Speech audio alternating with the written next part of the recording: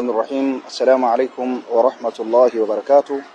الحمد لله والصلاة والسلام على رسول الله محمد بن عبد الله القائم بحقوق الله ما ضاقت إلا وفرجها الله. أما بعد, wapenzi watukufu wa Islam wa Tanzania kwa ujumla, kama ambavyo mmepata kuuliza kwamba huu ni msimu wa sikukuu ya Christmas kwa Wakristo, na vipi sisi kama Waislamu tumelipokeaje jambo hili. Sisi tunawatakia Wakristo kila la kheri katika jambo lao hilo.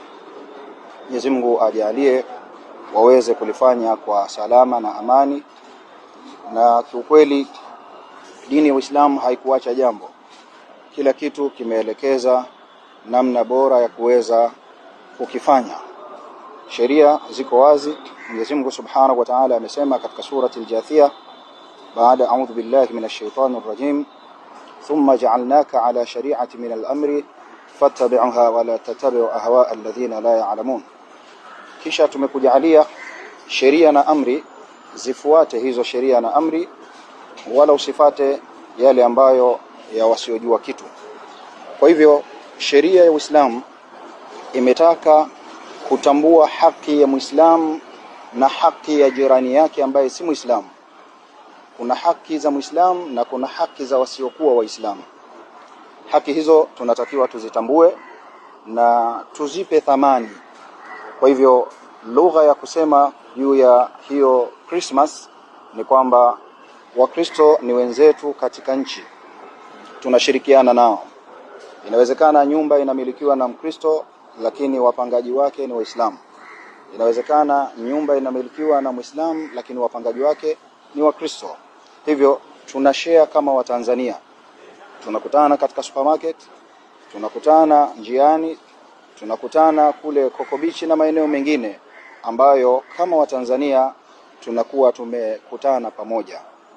Kwa sura hiyo tuwatakie kila la kheri, iwe ni siku ambayo ya furaha kwao na isiingiliane na tafrani yoyote itakayowakwaza kuweza kumaliza siku yao hiyo kwa salama na amani. Assalamu alaikum warahmatullahi wabarakatuh. Alhamdulillah wassalatu wassalamu ala rasulillah wa ba'du. Kwa jina naitwa Sheikh Muhammad Luambo.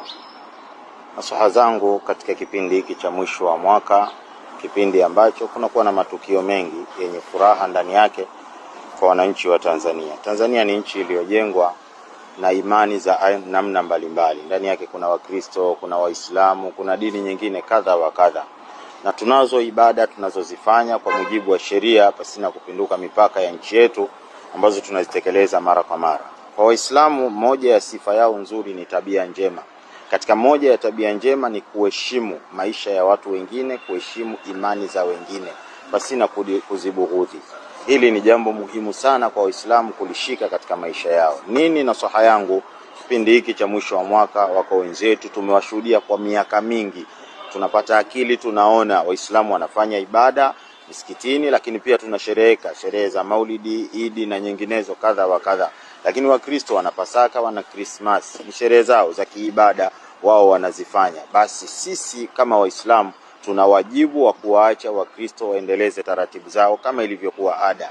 Lolote lile ambalo litakuwa maudhi kwa mtu mwingine halifai Muislamu kutendwa. Muislamu hatakiwi kutengeneza maudhi ya aina yote, kumtukana, kumsukuma, kumsema vibaya, kumshambulia kwa aina yoyote katika kipindi hiki cha sikukuu. Basi si jambo linalotakiwa kwa Waislamu. Tujiepushe na vihatarishi vya aina yoyote katika kipindi hiki. Wenzetu wanafanya ibada yao ya Christmas, lakini pia na mwaka mpya, tuwaweke mbali na hivyo ili mradi waweze kusherehekea vizuri. Sherehe hizi zikitendeka vizuri kwao, basi na sisi tunapata nafasi ya kuendelea. Tukitengeneza utamaduni wa kuchukua nafasi ya sherehe za wenzetu na kuingiza mambo yasiyofaa, kuna siku watu watatengeneza mambo mabaya katika Idi, watatengeneza mambo mabaya katika Maulidi, watatengeneza mambo mabaya katika ibada zetu za Ramadhani. Itafika mahala tutakuwa hatuwezi kufikia malengo ya yale ambayo tumeyawekea kama Waislamu. Ili tuepukane na hayo, tuwaheshimu wenzetu na sisi watuheshimu. Tuwajali wenzetu na wao pia watujali. Namna ya kuheshimu ni kuwaacha wafanye ibada zao, wafanye sherehe zao pasina bughdha ya aina yoyote, ili na sisi watuheshimu katika ibada zetu, watuheshimu katika harakati zetu, watuheshimu katika mambo yetu tuliyokuwa nayo. Hasa katika kipindi cha Christmas tunawahusia Waislamu waepukane na mambo haya, ili mradi waweze kutengeneza umoja wetu wa kitaifa na kuweza kuendeleza amani tuliyokuwa nayo. Mwenyezi Mungu atubariki, Mwenyezi Mungu atutengenezee nchi yetu, Mwenyezi Mungu atutengenezee ya kwetu tuliyokuwa nayo, yaliyoharibika Mwenyezi Mungu aweke sawa. Mwenyezi Mungu awape kila la kheri wale wote waliosimamia yaliyokuwa mazuri ya nchi, na Mwenyezi Mungu atupitishe salama ndani ya mwaka huu, atupe yaliyokuwa mema katika mwaka ujao. Wafaqana Allahu lima yuhibbu wa yarda. Wassalamu alaykum wa rahmatullahi wa barakatuh.